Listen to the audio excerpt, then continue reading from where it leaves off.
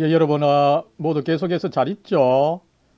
이번 학기 코로나 상황에도 불구하고 우리 교리 문답 과목 잘 수강해 준 거 다시 한번 감사를 드립니다. 이제 마지막 시간인데 이때까지 우리가 하이델베르크 요리 문답도 간간히 이 소요리 문답을 공부해 왔습니다만은 특별히 이 하이델베르크 요리 문답이 아직 그 한국에 잘 알려지지 않은 상황이 있어서 마지막 마치면서 이 하이델베르크 요리 문답이 과연 세계 교회에서 어떻게 수용되어 왔고 또 특별히 그 역사적 배경이 뭔지를 잠깐 살펴보도록 하겠습니다. 먼저 이 하이델베르크 요리 문답의 이 중요성, 어떤 세계 교회에서의 위치를 한번 살펴보고 그 다음에 과연 이 하이델베르크 요리 문답이 어떤 역사적 배경에서 작성되었느냐 하는 것을 살펴보고 이 세 번째 이 뭐 제일 중요한 부분이죠. 이 하이델베르크 1560년대 그죠? 이 하이델베르크 지방 선제후였던 이 프리드리히 이 3세의 이 개혁주의 수용가 요리 이 하이델베르크 요리문답 이 작성 배경을 살펴보고 마지막으로 또 전체적으로 한번 평가를 해 보도록 하겠습니다. 예, 여러분, 먼저 이 하이델베르크 요리문답의 중요성, 특별히 이 세계 교회에서의 위치를 한번 살펴보도록 하죠. 예, 여러분, 이 하이델베르크 요리문답 뭐 계속 설명을 하겠지만, 그죠? 먼저 이 루터교가 우위를 점하고 있던 독일 지방에서 작성되었기 때문에 이 어떤 그 독특성을 가지고 있다 이렇게 볼 수가 있는 거죠. 그래서 먼저 이 독일의 그 하이델베르크 지역, 뭐 독일 말로 쿠르팔츠 지역이죠. 이쪽에서 이제 채택이 되었고, 그죠. 그리고 세계의 그 많은 개혁교회, 이 칼빈주의는 조금 좁은 말이고, 그죠. 더 넓은 의미로 이 개혁주의다 이렇게 볼 수 있는데, 세계의 개혁주의 교회, 특별히 이 화란 네덜란드 계통의 교회들과 미국 장로교회와 더불어서 미국의 많은 이 그 개혁교회, 장로교회들이 교리적 표준으로 인정해온 대표적인 이 개신교회 요리 문답들 중에 그 하나다 이렇게 정의를 할 수가 있습니다. 반면에 뭐 한국에서는 잘 안 알려져 있지만 아무쪼록 세계 교회에서는 정말 널리 받아들여지고 있는 이 요리문답이다 이렇게 보겠습니다. 특별히 이 세계 교회들 중에서 하이델베르크 요리문답을 가장 아끼고 사랑하고 지금 또 변함없이 사용해 온 교회는 이 화란 네덜란드 계통의 개혁교회다 이렇게 말씀을 드릴 수가 있겠습니다. 여러분, 이 화랑개혁교회가 물론 뭐 네덜란드 본토에서도 뭐 절대적인 우위를 차지하고 있지만, 그죠? 이 네덜란드 사람들이 미국과 카나다로 많이 그 이주를 했습니다, 그죠? 그래서 그쪽에서 미국과 캐나다에 많은 이 화랑계통의 개혁교회들이 있는데 여기서도 똑같이 이 하이델베르크 요리문답을 애용하고 있는 것으로 알고 있습니다. 어떻게 애용하는지를 잠깐 말씀을 드리면은 여러분 우리가 살펴본 것처럼 하이델베르크 요리문답 전체 127문은 매주 뭐 어떨 때는 이 두 문항, 어떨 때는 세 문항, 네 문항 이렇게 이제 주제별로 나뉘어져서 52주로 나누어져 있습니다. 그죠? 그래서 매주 그 해당 문항을 주보에 인쇄를 해서 목사님이 이제 설교를 시작하면서 그 문항을 주고받는 식으로 해서 매주 이 하이델베르크 요리 문답을 지금까지도 그렇게 공부하고 확인해 온 이런 그 아름다운 전통이 있다는 것을 한번 말씀을 드립니다. 그랬을 때 그러면 이 한국 개신교에서는 이 하이델베르크 요리 문답을 과연 어떻게 받아들여 왔느냐, 그죠? 여러분, 한국에서는 미국에서 내한한 이 영미계통의 이 선교사들이 한국 개신교회 뭐 전반 뭐 특별히 또 이 장로교회를 이끌어 왔었죠. 그런데 미국에서 내한한 이 미국 장로교회 뭐 그때는 북장로교회 그다음에 남장로교회가 대표적이었죠. 이분들은 청교도주의적인 칼빈주의, 청교도는 주로 이제 칼빈주의를 지향하고 있었죠. 칼빈주의를 가진 이 웨스트민스터 소요리 문답, 우리가 조금씩 살펴본 이 소요리 문답을 교리적 표준으로 여기고 있었고, 그리고 이것을 이제 한국 장로교회가 이제 드디어 1907년에 소위 당시 동노회를 구성해서 이제 한국 장로교회가 이 형성이 되었습니다. 그리고 1912년에 이 동노회가 이제 이 총회로 발전한 이런 역사가 있었습니다만, 이렇게 이제 한국 장로교회 동노회가 구성되다 보니까 헌법이 이제 같이 만들어진 거죠. 그랬을 때 이 장로교회 헌법에 교리적인 표준으로서 소요리 문답을 번역해서 집어넣는 것으로 그렇게 그때 번역이 안 돼 있었으니까 당장은 넣지를 못했습니다. 그러나 그것을 소위 그 12신조 서문에 그렇게 그 확인을 했던 그런 역사가 있습니다. 아무쪼록 한국 장로교회는 이 1907년에 장로교회가 형성되면서 이 교리적 표준으로서 소요리 문답을 뭐 독점적으로 인정을 했기 때문에 그 외에 다른 개혁교회 전통에 대해서는 이 한국교회가 신경을 써 오지 못한 이런 역사가 있었다는 것을 알 수가 있습니다. 그래서 이 한국교회, 특별히 장로교회에서는 이 소요리 문답을 소위 성경 소요리 문답이다, 성경을 그대로 가르치는 요리 문답이다, 이렇게 알 수 있게끔 아예 뭐 소요리 문답을 정확한 명명법은 웨스트민스터 소요리 문답이다, 웨스트민스터 쇼르 캐리기즘이다, 이렇게 불러야 되는데 그것을 중요하다고 생각한 나머지 아예 성경 소요리 문답이다, 이렇게 명명까지 하면서 이 교리적 표준으로 삼게 되다 보니까 다른 요리 문답, 이 하이델베르크 요리 문답은 이 뒷전으로 처지게 된 그런 역사가 있었던 것입니다. 그러나 뭐 한 거의 10년, 20년 전부터 특별히 이 한국의 조금 보수적인 교단 합동 측, 고신 측을 비롯한 뭐 통합에서도 사실은 굉장히 그 관심을 보여왔고, 그죠? 그래서 뭐 한편으로 공식적으로, 다른 한편으로 비공식적으로 이 하이델베르크 요리 문답을 가르치거나 활용해 온 이런 역사가 있고, 그래서 제가 이 하이델베르크 요리 문답을 라틴어까지 참조하는, 어떻게 보면은 뭐 매우 그 학문적인 번역서를 제가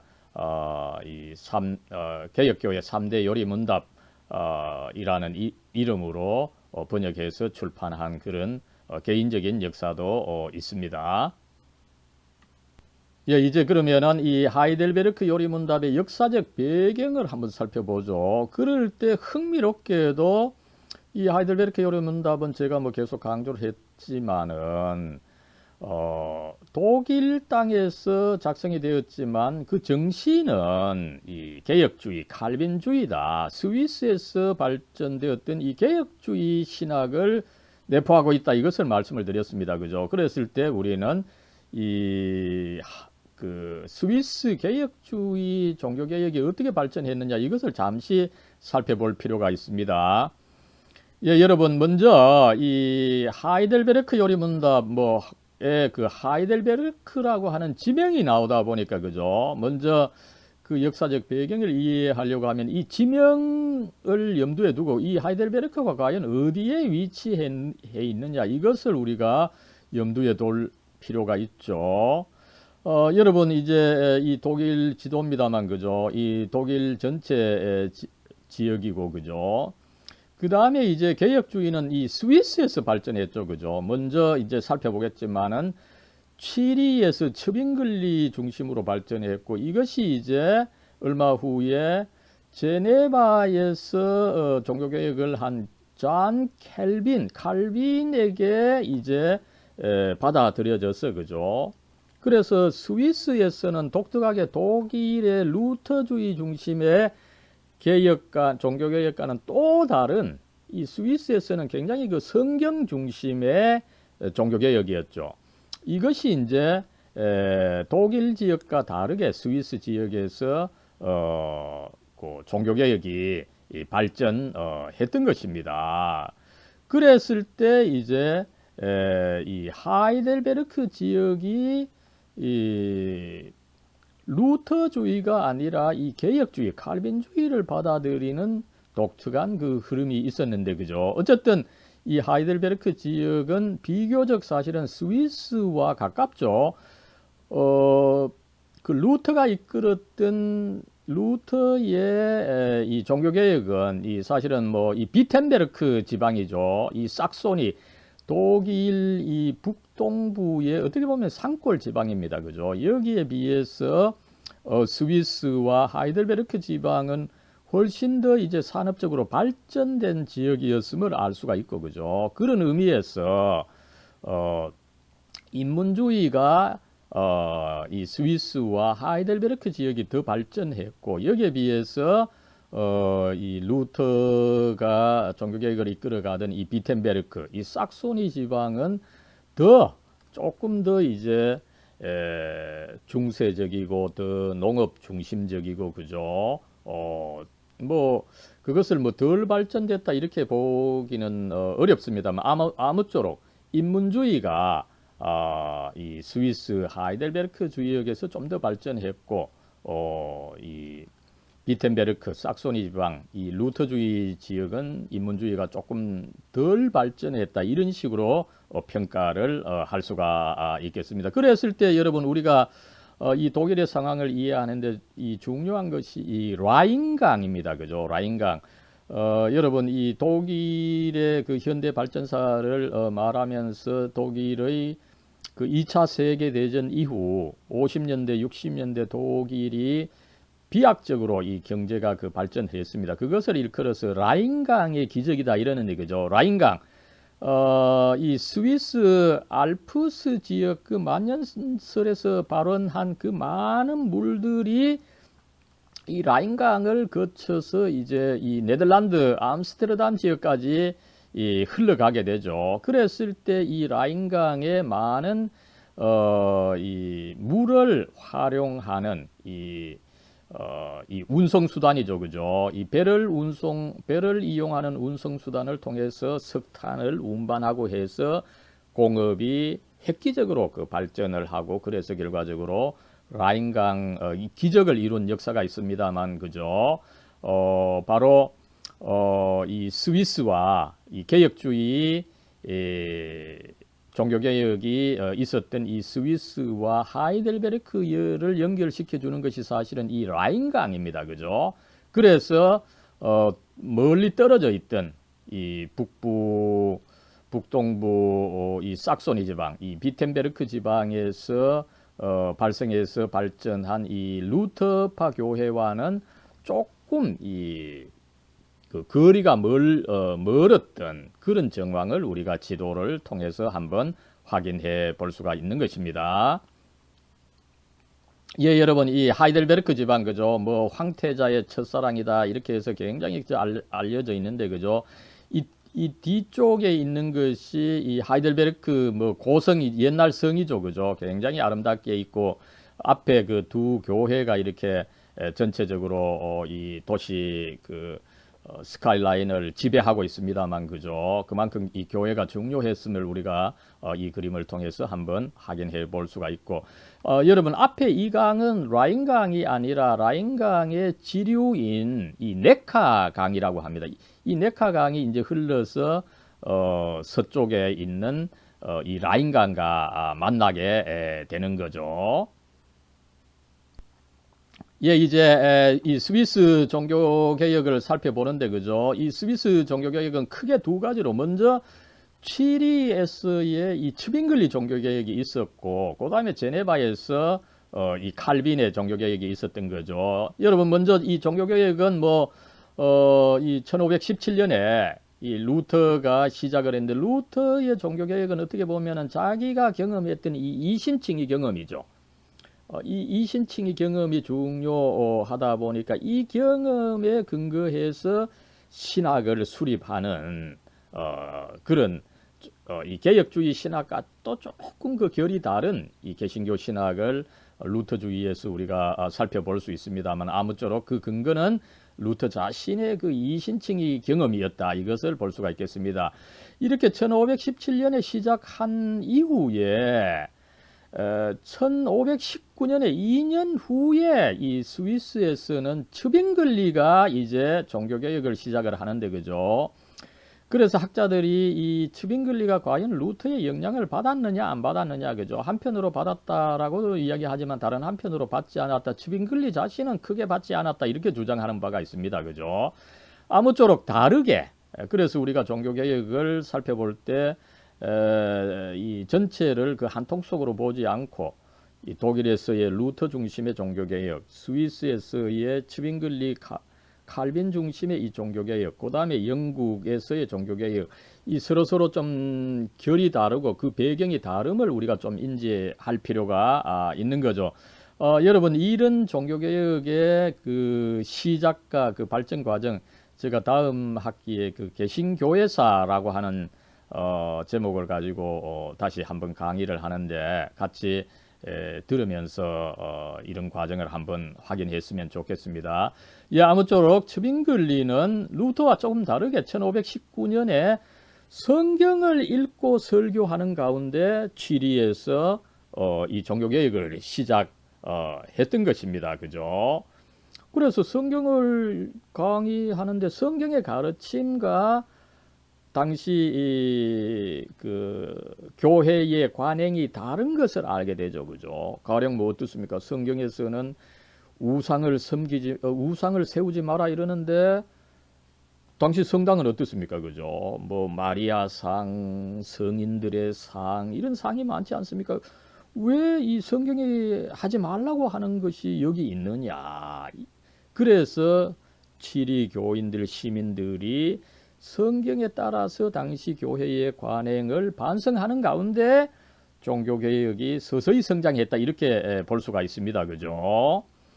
그래서 이런 어떤 이 개혁에 대한 어떤 그 염원이 일어났고 그 결과 취리는 당시에 하나의 도시지만 공화국이었습니다. 시의회가 왕이 없고 시의회가 그 취리시를 정치적으로 이끌어가던 공화국 시스템이었죠. 그래서 취리 공화국은 드디어 1523년에 그 큰 그 가톨릭 측과 종교개혁을 주장하는 측, 츠빙글리가 주도했었죠.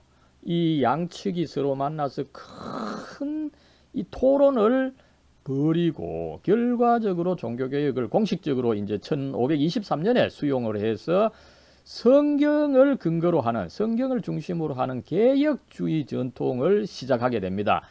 여러분 성경에 근거해서 개혁을 하다 보니까 굉장히 더 철저한 개혁이 일어났죠. 그래서 독일보다는 더 개혁되었다. 그래서 스위스 개혁을 전반적으로 일컬어서 개혁주의다. 이것이 이제 나중에 이 칼빈주의와 결합되면서 이제 개혁주의, 칼빈주의를 뭐 거의 같이 쓰기도 하지만 개혁주의라고 하는 것이 더 폭넓은 개념이다. 이렇게 보겠습니다. 아무쪼록 이렇게 해서 츠빙글리가 취리에서 이 루터파 개혁과 다른 개혁주의 전통을 시작한 것을 우리가 한번 확인할 수가 있습니다. 대표적으로 이 성찬에 대한 해석이죠. 그죠? 왜 이 츠빙글리의 개혁주의가 루터파와 다르냐, 그죠? 이 성찬의 해석에서 우리는 볼 수가 있습니다. 츠빙글리는 이 성경이 기독교의 잣대다, 그죠? 그래서 성찬이 문제가 됐을 때 성경을 근거로 해서 이 성찬을 이해할 때 뭡니까, 그죠? 이 성찬의 근거는 그리스도의 마지막 만찬이죠. 이 돌아가시기 하루 전, 이 목요일 밤에 있었던 그 마지막 그 만찬입니다. 그죠? 그런데 그 만찬은 유월절 만찬이고 결국은 유월절 어린 양을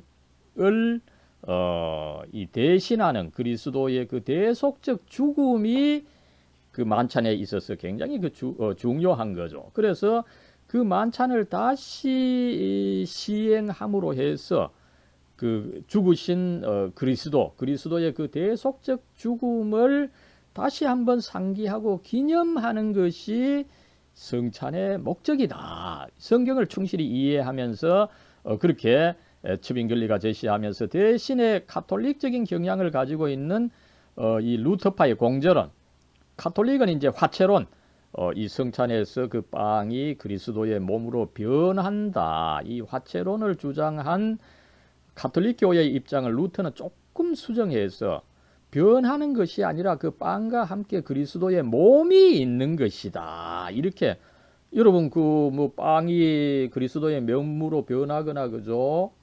또 그리스도의 몸이 있다면은 어떻게 됩니까? 그죠?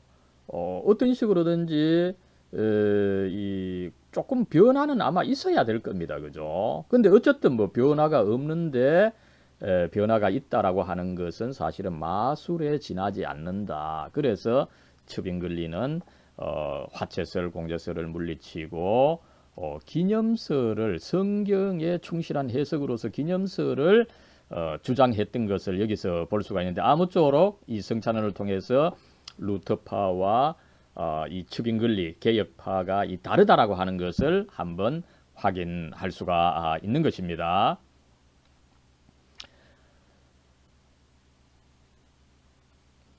예, 여러분, 이 그림은 1523년에 있었던 이 취리 시의회 석상에서의 이 공개 논쟁입니다.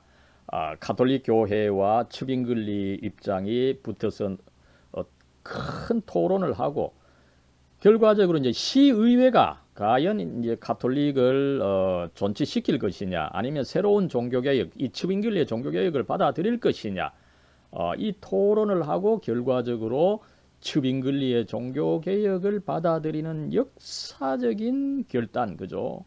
이것으로 인해서 사실은 스위스 전역이 개신교 종교개혁을 받아들이고 여기서 이제 개혁주의, 칼빈주의가 화란 영국, 미국으로 확산이 되면서 세계 교회 역사, 민주주의, 자본주의의 어떤 그 뿌리가 되는 이 칼빈주의가 이제 그 확산이 그렇게 된 거죠. 그러다 보니까 1523년에 이 취리 시의회가 츠빙글리의 그 이 개신교 종교개혁을 받아들였다. 이 역사적 중요성은 정말 말할 수 없이 그 중요하다. 이것을 한번 살펴볼 수 있는데 그죠? 여러분, 이것은 동양 문화사의 관점에서 보면 참 놀라운 것입니다. 그죠? 이 당시 이미 취리는 왕이 없는 가운데서 공화국, 철두철미한 민주주의 정치, 그죠? 를 이미 그 견지하고 있었고, 종교개혁도 그저 싸움만 있었던 것이 아니라 어떤 건전한 이성에 따라서 그죠? 서로 토론하고 결과적으로 어떤 이성적 기준에서 합리적 기준에서 더 낫다고 생각되는 이 개신교를 취리 시의회의 그 많은 사람들이 받아들였다 그죠? 결국 이런 종교개혁은 이런 뭐 물론 하나님의 도우심입니다. 그죠? 이 성경 말씀의 승리입니다. 그러나 다른 한편으로 그 성경 말씀이 정말 인간의 삶과 인간의 모든 그 종교에 있어서 그 잣대가 된다. 절대적 권위를 가진다. 이것을 이성적으로 판단해서 받아들인 어떤 그 인간 이성의 그 위대함도 거기에 함께 숨어 있다라고 하는 것을 우리는 이 역사적 과정을 통해서 한번 살펴볼 수가 있습니다. 예, 여러분, 이렇게 해서 취리가 이제 츠빙글리의 종교개혁을 공식적으로 받아들이면서 이 스위스 전역에서 이제 이 종교개혁을 받아들이는 그 흐름이 있었고요. 이랬을 때 이제 이 취리에서의 종교개혁을 의미 있게 발전시킨 것이 제네바, 특별히 칼빈이 이 주도한 이 제네바에서의 이 종교 개혁이었던 것입니다. 여러분, 취리가 이미 1523년에 개신교를 받아들였는데 제네바 공화국은 조금 늦게 1536년경에 아마 35년 뭐 더 일찍 받아들였을 수도 있겠습니다만 아무쪼록 1536년에 그때 제네바 종교개혁을 지도하고 있던 이 파렐이 너무 좀 힘이 들고 해서 이 동력자로서 칼빈을 이제 초청하게 되는데 이때 칼빈은 여러분 약간 27세입니다. 약간 27세지만 일찍 이 개신교를 받아들여서 개신교의 그 신학의 내용을 밝히는 이 기독교 강요, 사실 이 기독교 강요 초판도 어떻게 보면 요리문답의 일종입니다. 요리문답처럼 이 그 내용을 밝힌 기독교 강요 초판을 이제 출판해서 조금 유명세를 탄 칼빈입니다. 이 칼빈을 파렐이 이제 개혁의 동역자로 초빙을 하면서 제네바의 종교개혁이 훨씬 발전할 수 있었던 거죠. 그러나 어떻습니까? 그죠? 처음에 이 제네바 시민은 이 칼빈의 종교개혁이 너무 엄격하다 이래서 그 수용하지 못했습니다. 그래서 2년간 시험 기간을 거쳤지만 결국은 칼빈의 종교개혁을 받아들이지 못하고 칼빈은 추방을 당하는 안타까운 그 사태가 있었던 거죠. 그래서 이 스위스 조금 위쪽에 스트라스부르크입니다. 당시 독일 지역인 지금은 프랑스 지역으로 되어 있습니다만 그죠. 여기에 이제 칼빈은 쉬면서 결혼도 하고 조금 그 피해 있었던 것을 알 수가 있습니다. 그러나 1541년에 그죠.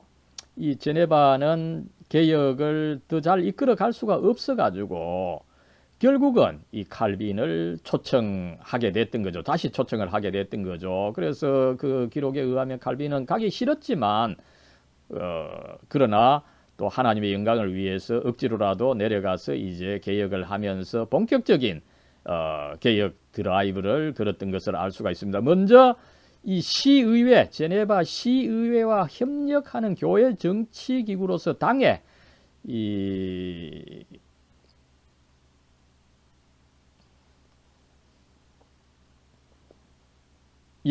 당의 컨시스토리, 여기 N이 빠졌네, 그죠? 컨시스토리를 만들었는데 이것이 이제 뭐 영국에 가서 이제 세션이라고 이제 번역이 되었습니다만 결국 당회라는 말입니다, 그죠? 지금 우리 한국 장로교회 당회의 성격과 다르지만 이 시의회와 함께 활동을 했기 때문에 그죠? 아무쪼록 당회를 구성하는 데 본격적인 어떤 그 장로교회의 이 정치를 구성하면서 시의회와 함께 개혁을 했던 것을 알 수가 있습니다. 그러면서 제네바 시의 교리 교육을 위해서 우리 그 우리 교재에 또 한 부분이 되어 있는 이 제네바 교회 요리 문답을 1541년에 프랑스판, 여러분 제네바의 이 주요 언어는 이 프랑스였습니다. 여기서는 물론 뭐 이탈리아어, 독어, 프랑스 이 3개 국어가 동시에 사용되고 있었습니다만은 프랑스와 가깝다 보니까 프랑스가 주로 쓰였던 것 같습니다. 그래서 먼저 프랑스판을 내고 칼빈은 이것이 이제 국제적으로 사용되기를 바라서 1545년에 그 라틴어판을 냈는데 제가 번역할 때는 이 라틴어판을 이 저본으로 해서 이 번역을 했던 것입니다. 이즈음에 이제 여러분 이 제네바가 이제 그 여러 뭐 그죠, 한편으로 이탈리아, 다른 한편으로 프랑스, 그죠, 다른 한편으로 또 이 독일 지역 이 접해 있다 보니까 그죠, 독일 스위스 지역이 접해 있다 보니까 굉장히 요충지였습니다. 특별히 프랑스와 이탈리아에 계신 교도들이 여기로 피난을 많이 왔던 거죠. 그래서 제네바시가 뭐 비약적으로 발전을 했고 그죠. 이에 이제 칼빈은 아마 역사상 최초로 뭐 국민 교육도 실시하고 그죠. 여러 가지 병자 약자를 돕는 복지 프로그램도 만들고 하니까 제네바가 크게 성장하고 그래서 칼빈과 더불어서 이 교회, 이 개신교회의 입지도 크게 성장을 했고 그죠. 이 무렵에 이제 스코틀랜드의 개혁주의 종교개혁을 이끌어가던 낙스가 이제 제네바에 와서 피신도 하고 이 교육도 좀 받고 이랬습니다만 이 낙서에 의하면은 예루살렘 이후로 이 제네바 시가 가장 그 위대한 거룩한 도시가 되었다 이렇게 그 평가한 적도 있었습니다만 아무쪼록 제네바가 이 칼빈의 종교 개혁을 통해서 시 전체, 국가 전체가 비약적으로 발전한 아름다운 모습을 보였던 것을 알 수가 있습니다. 예, 여러분, 이렇게 해서 이제 스위스에서 취리에서 츠빙글리와 발전했던 이 개혁주의 종교 개혁이 제네바에서 이 칼빈의 주도로 크게 이제 성장하면서 이 개혁주의 종교 개혁 모델이 여러분 어떻게 본다면은 그 지역의 정치적 지도자와 상관없이 받아들일 수 있는 거죠. 루터파는 항상 그 지역의 군주의 지역의 국가와 밀접한 관계를 통해서 발전을 하게 됩니다. 그죠? 이 정치 제도에 있어서 루터파는 감독인데 이 감독이 그 지역의 영주 내지 왕과 밀접한 그 관계를 갖게 되어 있습니다. 그러나 이 스위스 개혁주의는 뭡니까?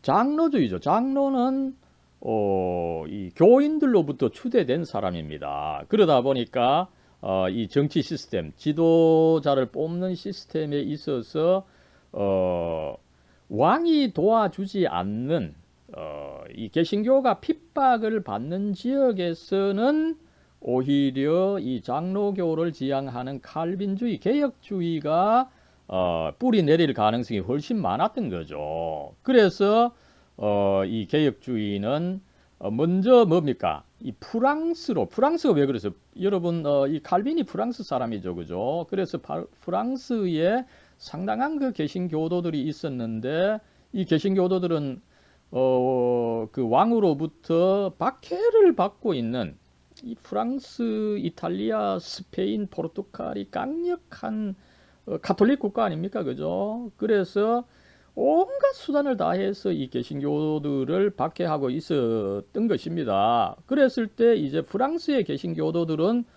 뭐 왕과 어떻게 왕으로부터 도움을 받을 수 없다 보니까 자연스럽게 루터파가 아니라 이 칼빈주의를 수용하는. 그래서 여러분 이 지도 잘 보입니까? 그죠? 먼저 이 취리와 이 제네바를 중심으로 하는 이 지역에서 칼빈주의가 이제 발전을 하고, 그죠? 그 다음에 조금 이 분홍색 지역이 여러분 이 칼빈주의를 받아들이는 것입니다. 그죠? 프랑스의 서쪽에 이 라로셸 지방에 그리고 아래 지방 나바로 지역에 이 칼빈주의가 프랑스에서 크게 그 번성한 것을 알 수가 있고, 그죠? 이 칼빈주의는 또한 그 유럽의 동쪽 보헤미아 지역에서 또 발전한 것을 알 수가 있죠.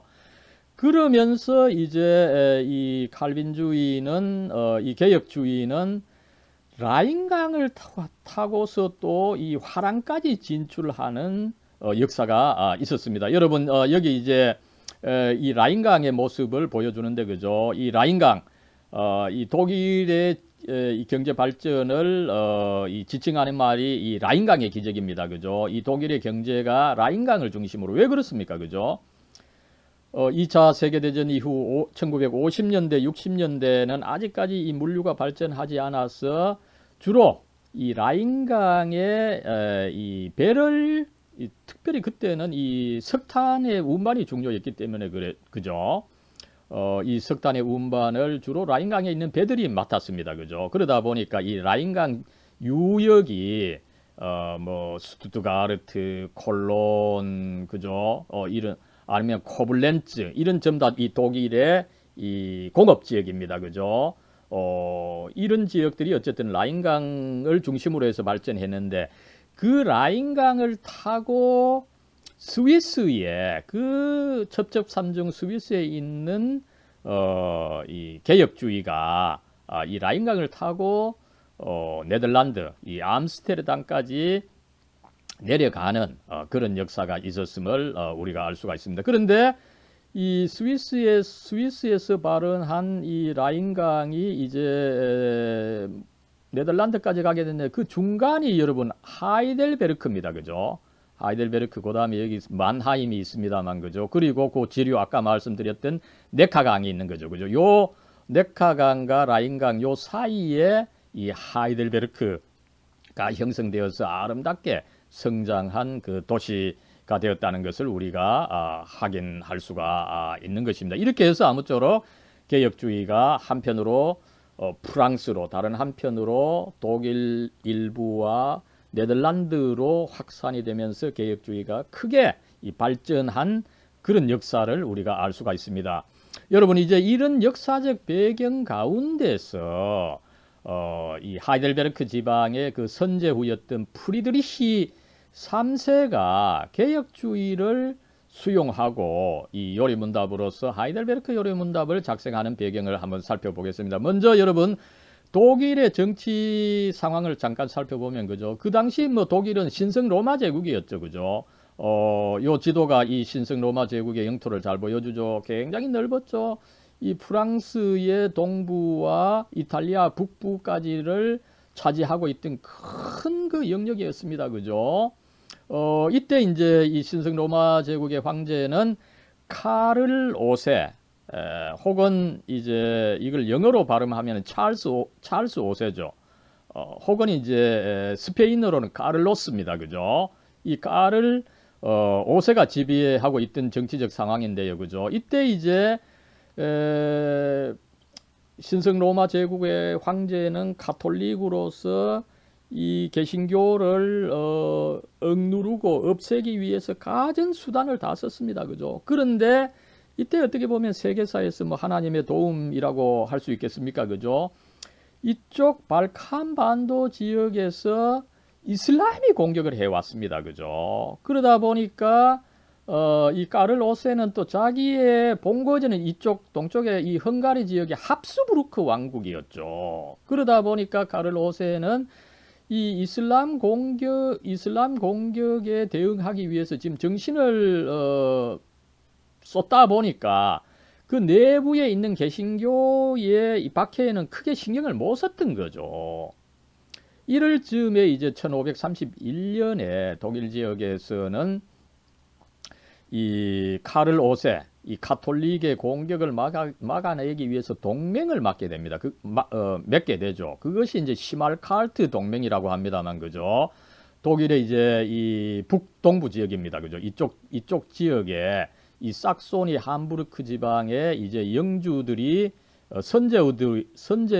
선제우들이 모여서 가톨릭의 이제 공격에 대비하는 이 시말칼트 동맹을 맺게 됨으로 해서 이제 이 지역에서 루터파 교회가 발전할 수 있는 정치적 근거를 마련했던 것을 알 수가 있습니다. 이러는 가운데 가톨릭 진영에서는 이 개신교를 박해하고 뿌리 뽑기 위해서 1545년에서 63년까지 이 트렌트 공회, 그죠? 이 개신교의 문제를 진단하고 또 자기네들을 점검하기 위해서 이 트렌트 공회라고 하는 유명한 공회를 개최했습니다만, 그죠?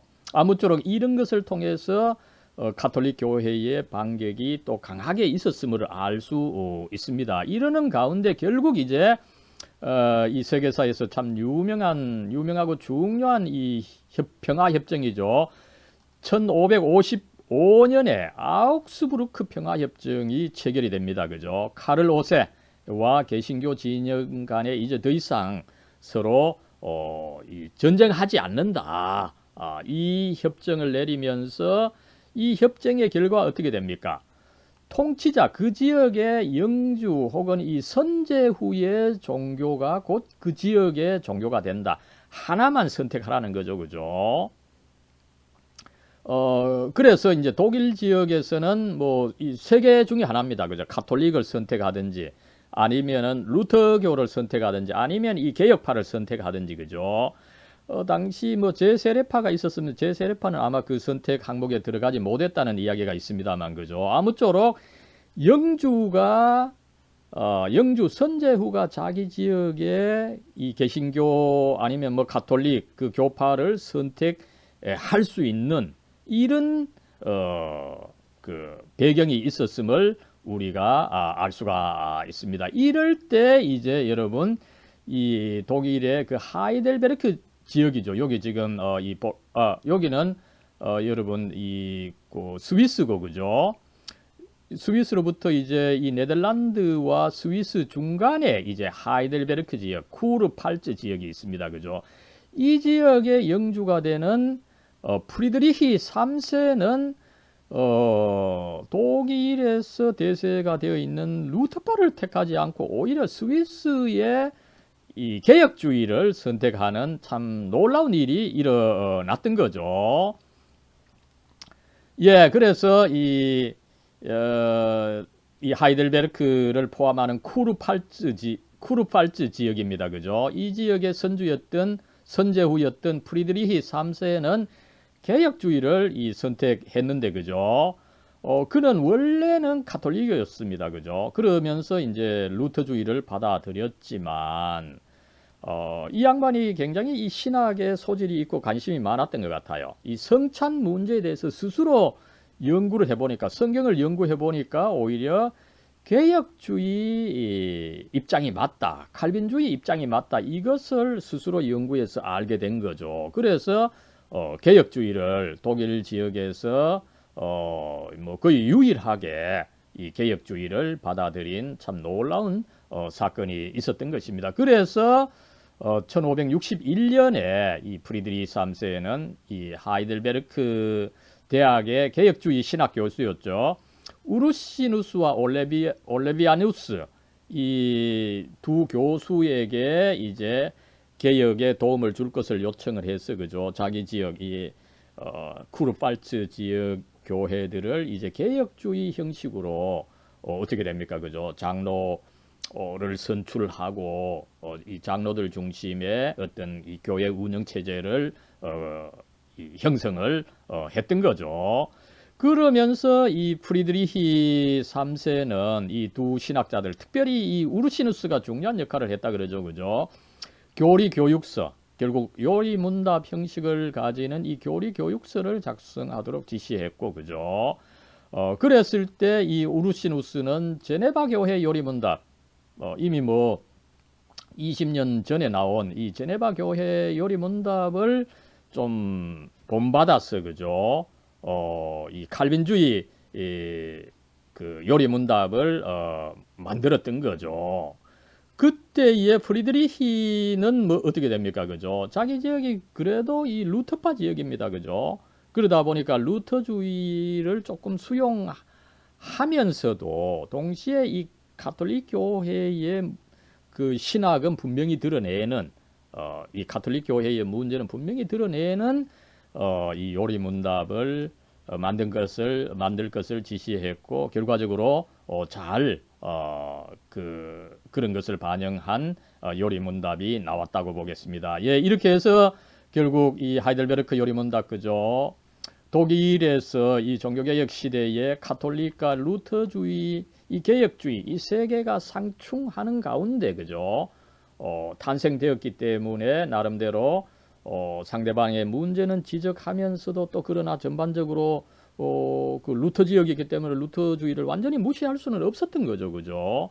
그러다 보니까 어떻게 본다면 조금 부드러우면서도 개혁주의를 잘 드러낸 이 개신교 최상급의 요리 문답이 나왔다, 이렇게 볼 수가 있겠고, 그죠?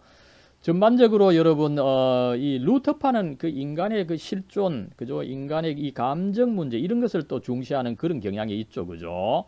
그런 뭐 특징도 있고, 아무쪼록 이 하이델베르크 요리 문답은 그 실존적 인간, 이 어떤 그 고난에 처해 있는 이 실존적 인간이 가장 필요로 하는 이 위로, 그죠? 이 제1문에 나타나지 않습니까, 그죠? 당신의 유일한 위로는 무엇입니까? 살아서나 죽어서나 유일한 위로는 무엇입니까, 그죠? 이 위로 개념을 중심으로 해서 신학 전체를 이끌어간, 그죠? 그래서 감정적 요소를 잘 반영한 아름다운 요리문답이다, 이렇게 볼 수가 있겠고, 그죠? 그 다음에 이제 개혁주의, 칼빈주의 진리를 제시함에 있어서는 루터주의의 뭐 눈치를 봤다고 할 수 있겠습니까? 그죠? 그런 나머지 강한 개혁주의 칼빈주의를 내세우지는 않았다. 특별히 그죠? 예정론과 구원 단계 그죠? 예정론에서는 이중 예정 그죠? 또 구원 단계 그죠? 우리 소요리 문답에서 6단계로 나타나는 그 구체적인 단계를 살펴봤습니다만 그죠? 그런 것이 사실 신자의 삶에 있어서는 분명히 그렇게 드러나는 것은 아닙니다. 그죠? 그러다 보니까 그런 요소는 뭐 배제한 것은 아니지만 암암리에 제시하는 식으로 원만하게 제시를 한 거죠. 그래서 전체적으로 이 칼빈주의를 부드럽게 제시한 아름다운 요리문답이다. 이렇게 평가를 할 수가 있겠습니다. 아무쪼록 여러분 이제 마지막 시간에 이 하이델베르크 요리문답의 그 세계 교회에서의 위치와 이 역사적 배경을 살펴봤습니다. 이렇게 살펴볼 때 이 하이델베르크 요리문답은 더욱더 참 그 이 종교개혁 시대의 그 어려운 환경에서지만 오히려 그 어려운 상황을 반영해서 이 기독교, 이 개신교의 교리를 아름답게 이 구체화한 참 어떤 그 아주 그 유용한 요리 문답이다. 이렇게 볼 수가 있겠습니다. 아무쪼록 여러분 이 그 신앙생활을 하면서 교리 문제에 어떤 그 문제를 느끼거나 또 교육상에 있어서 필요한 부분이 있다면은 이 하이델베르크 요리문답을 지속적으로 사용해 주기를 바랍니다. 사랑과 은혜로 충만하신 하나님, 이번 학기 저희들 코로나 이 상황의 어려운 여건 속에서도 이렇게 한 학기 동안 교리문답 과목을 통해서 하이델베르크 요리문답과 또 소요리문답을 부분적으로 잘 살펴볼 수 있게 해주시니 감사합니다. 하나님 참으로 감사드립니다. 이 16세기에 이 종교개혁이 일어나서 하나님에 대해서 제대로 나아갈 수 있도록 이 성경 중심의 종교개혁이 일어나게 해 주시고, 이런 또 종교개혁과 이 개신교 기독교의 본질을 잘 보여주는 이 하이델베르크 요리문답, 소요리문답을 저희들에게 주셔서 저희들이 하나님의 진리를 더욱더 바르고 깊게 알 수 있게 해주신 것 감사합니다. 하나님, 저희들의 좁은 이 지식을 좁은 마음과 이 머리를 넓혀 주셔서 이런 진리들을 이런 이 교재를 통해서 더욱더 알고 저희들이 먼저 이 진리 안에서 참 기뻐해서 이 진리를 더욱더 또 널리 가르칠 수 있도록 하나님 축복해 주시고 이끌어 주시옵소서. 우리 주 예수 그리스도의 이름으로 간절히 기도드리옵나이다. 아멘.